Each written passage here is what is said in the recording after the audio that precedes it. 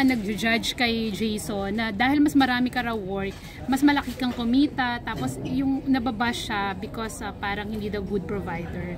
Na-hurt ka ba for him kapag may mga ganun? Of course. Actually, si Jason hindi na na-hurt sa ganyan. Wala siya pakialam, kaya nga hindi na siya masyado nag-showbiz. Ako ang first talaga na-hurt. Siyempre, pag makabasa ka na ganyan, in fairness ngayon, wala naman din akong nababasa. Pag nakabasa na ganyan, ma-hurt ka talaga. Kasi asawa ko, ako ang mas nakakakilala sa asawa ko, at ako ang alam ko ang asawa ko kung gaano kabuti yan at gaano kami kamahal yan. The best yan asawa ko sa lahat sa amin. Kung alam nyo lang sa bahay yan, talagang parang hindi kami pakakagatin ng lamok niyan. Ang lamok parang, ano ba yung mga dugo nito? Bakit parang piling yung asawa nito? Pero talagang, pwede namang masabi nila yun kasi opinion naman nila yun. Pero at the end of the day, kami pa rin mag-asawa importante at kami pa rin ang nakakaalam sa loob ng nangyayari sa bahay namin. Kung sino ang, kung ano at sino. So, ang importante, masaya kami mag-asawa and wala kami inapakang ka. Ano hindi ba siya nakakaramdam ng mga insecurities? I'm sure siguro meron, hindi ko naman din ako makasabi about sa kanya, pero siguro meron yan, kaya hindi naman yan siya pusong bato na makaramdam. Siguro makaramdam siya pag may nag-message. Pero at the end of the day, ang asawa ko talaga is a very good heart talaga siya na alam mo yung hindi niya minamind yung mga sinasabi ng tao. Bagkus, minamind niya kaming dalawa at kaming relasyon at kaming pamilya. And kami talaga, kaya hindi kami masyado nagpo-post na sa YouTube kasi kami, gusto ni Jason talaga, private na kami. As much as possible ba? Pero kung hindi magawa, di okay lang. Magagawa. Pero si Jason is a very supportive talaga siya na sinusunod ng mga kalokohan ko. Yung mga Queen of Tears ko, Diana ga, yung, basta masasabi ko lang, the best ang asawa ko. Thank you talaga at hindi siya naapektuhan sa mga bash. Ano lang masasabi mo dun sa iniintriga yung, di ba, yung relationship, yung dumaan sa point na parang sabi iwalay na kayo. Anong masasabi mo dun na parang pati kayo parang dinadamay na parang lagi kami candidate sa ganyan. Pag may nahiwalay na couple, ilalagay ulit kami sa number top 1.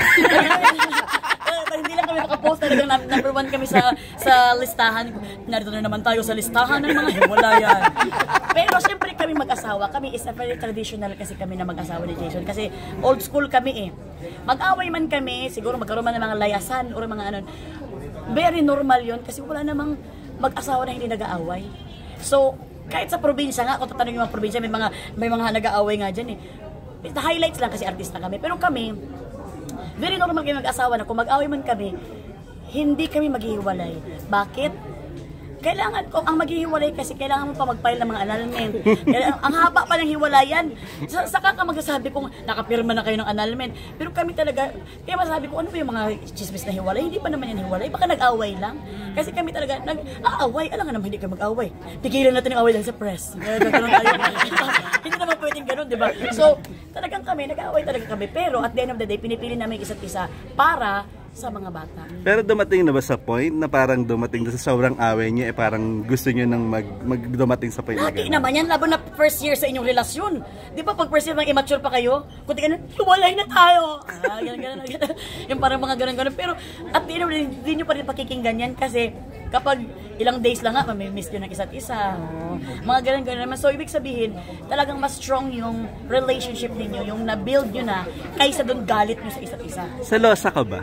Pagka may mga maaligid kay Jason? Nung mga first year sa marriage namin, silos ako kasi gano'n naman talaga. Pero sobra na ang napatunayan ng asawa ko talaga. Grabe na yung napatunayan niya sa akin na hindi talaga ako magsiselos. Bakit? Grabe yung, siguro grabe yung pag-alaga niya, yung pagmamahal niya. At saka yung, malalaman mo naman yung, minsan tinatanong ko siya, ba't hindi ka umaalis, hindi ka nagbabar? Siya, hindi mo ba ikatuwa yun? Sabi niya. Alam mo, pag umaalis ka, pupunta ka ng bar, naghahanap ka na ng tentasyon. So kapag pupuntahan mo talaga ang tentasyon. Eh syempre pag may alak na yan, may madayan sa utak mo. So alam mo yun, may mga gano'n na mga answer na talagang hindi talaga umaalis ang asawa ko. Pag wala siyang trabaho, talagang nasa bahay lang talaga siya. So very proud. Mas magaling pa, maalis pa ako. Ang galing mo talagang gano'n ko niya.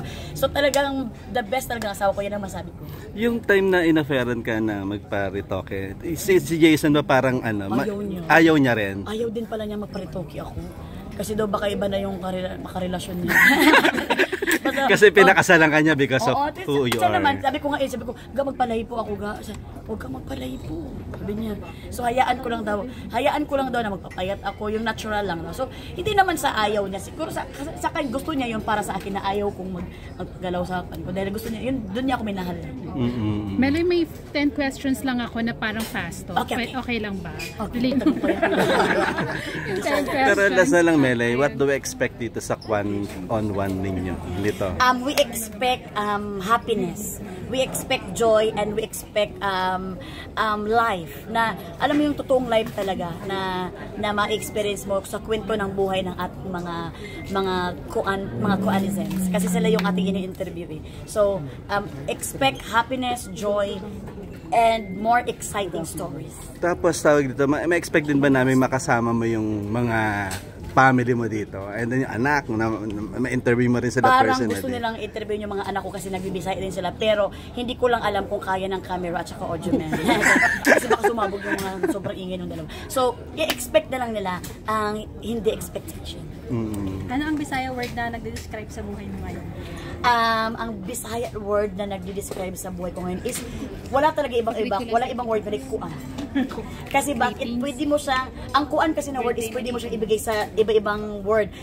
Pwedeng kuan na masaya, kuan na malungkot, kuan na exciting.